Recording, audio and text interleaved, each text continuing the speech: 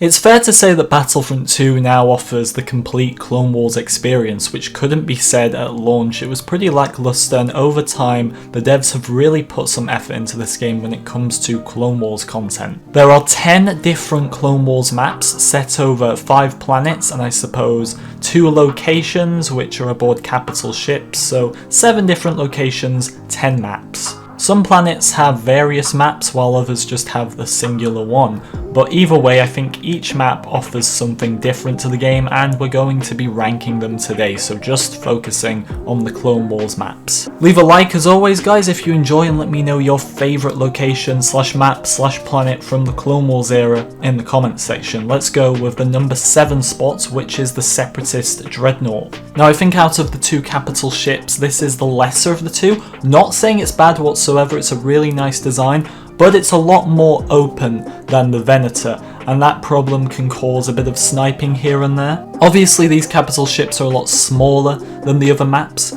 but when it comes to the second phase of the final part of capital supremacy, the Dreadnought only has 1 objective point where you've got to hit, whereas the Venator has 3, so it just offers a bit less in my opinion, and that's why I'd say the Venator is a bit better at the number 6 spot. Like I said, this has got 3 weak points that you've got to hit in the final phase. The first phase is a lot better gameplay wise, it's much harder to snipe. There's structures in between the 2 command sectors, so you can't just get to people that easily from one to another.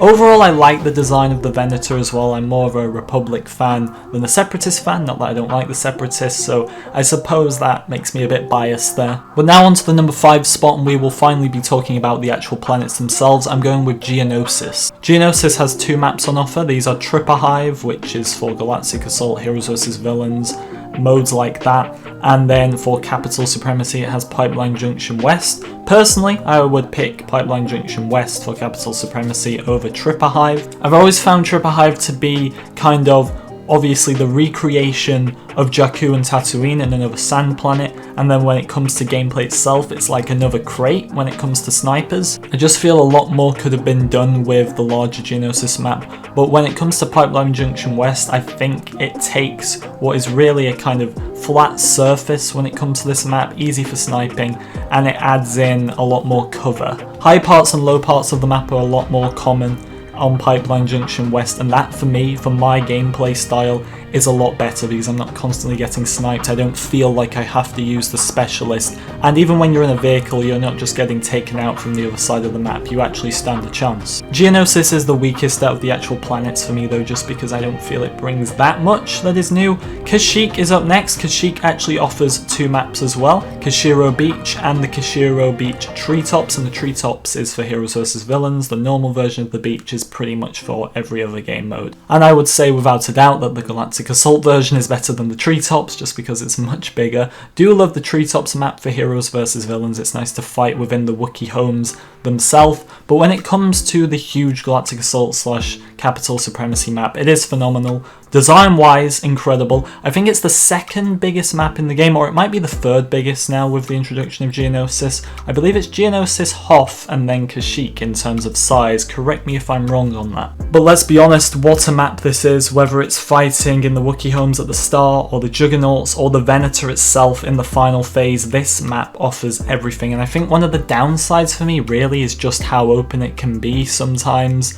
and how big the map is, especially on Capital Supremacy. It can take much longer to navigate between the command posts on Kashyyyk than it would on the other maps. It's definitely a mode that works a lot better in Galactic Assault than it does in Capital Supremacy. I kind of leave when it's Capital Supremacy for Kashyyyk. I just don't enjoy it too much because of all the running around. Kamino is at the number 3 spot though, formerly my favourite map in the game. It's dropped down a bit just because I can appreciate other maps now, but I still love Kamino. It's just got the singular map, the cloning facility, so no other versions present. I have to say one of the standout things for me in Kamino is definitely Capital Supremacy, not having the vehicles roaming around. I love vehicles in this game, they can be a bit annoying, but it's nice to have a bit of a break from them when playing Kamino. I can't deny it's visually stunning like all these maps are. Even if I don't say it about some maps, you know I mean it, like all these maps are insane.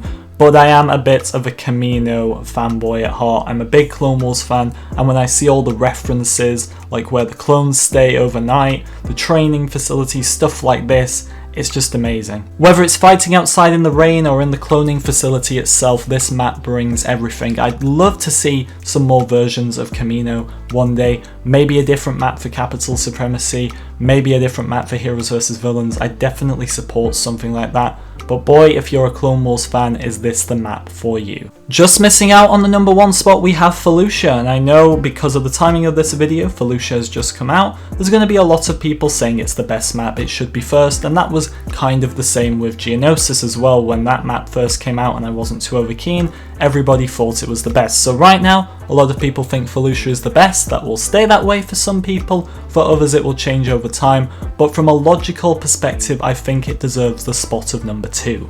Now, what is unfortunate about Felucia is the frame rate dropping that I'm experiencing. I know this isn't as much a problem on PC, but on PS4 and Xbox One, this is something a lot of players are experiencing, and I'm not going to let that affect my actual ranking of the map, but it is just a bit unfortunate that every time I play Felucia right now, I can't enjoy it to the full extent. Now, I will start off with some downs actually when it comes to Felucia. Seeing Rancors dead, the Sarlacc dead, and the biggest threat on the planet, not including the enemies themselves, is the plants, is very underwhelming. I can only hope that if Felucia is ever added to Galactic Assault, how the maps kind of differ between Galactic Assault and Capital Supremacy, they would maybe make the Sarlacc pit become alive again, resurrect. I can only hope for that, but it is just so underwhelming when you see the Sarlacc pit as a swimming pool. Like, there's fish in the Sarlacc pit swimming around at this point. That doesn't seem intimidating to me. But Felucia is so unique, so different to any other maps. Geonosis was just like a carbon copy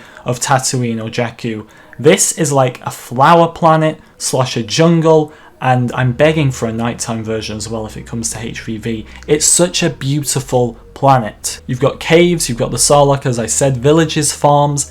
It has something different for everything. A lot of the other maps just offer you fighting in similar environments, but Felucia, for each specific command post, you are fighting in some sort of different environment, but on the same planet. I can't get enough of this map, it is absolutely incredible, and I just want to make it clear that I'm a big fan of Felucia. But at the number 1 spot, it's Naboo. Naboo has 2 different variations. Feed, which is for Galactic Assault, Capital Supremacy, things like that. And then for Heroes vs Villains, it's got the Palace Hangar / the Power Sector, whatever you want to call it. Now, ever since the reveal of Naboo in 2017, fans fell in love with the planet, including me. Naboo, I think we can all agree, is that one place where if we were given the opportunity to live somewhere in the Star Wars universe, we would choose Naboo.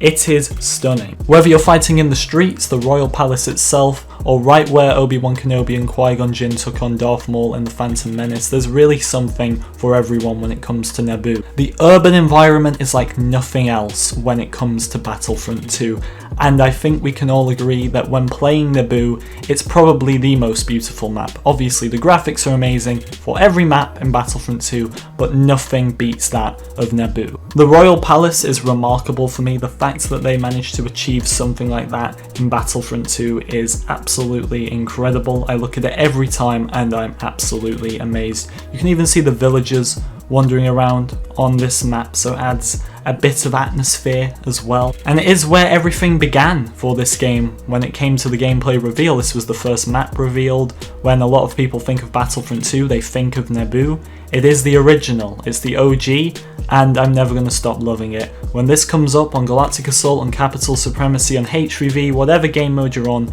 nobody in their right mind leaves the lobby. And that is how I'm going to rank all 10 maps over the 7 different Clone Wars locations in Star Wars Battlefront 2. Let me know, do you agree or disagree in the comments section, and maybe give me your ranking down there as well. Thank you so much for watching, everyone. I do hope you enjoyed, and in future videos we will be diving deep into the Clone Wars content that's been added over the past year even more, so look out for that. I will see you all next time.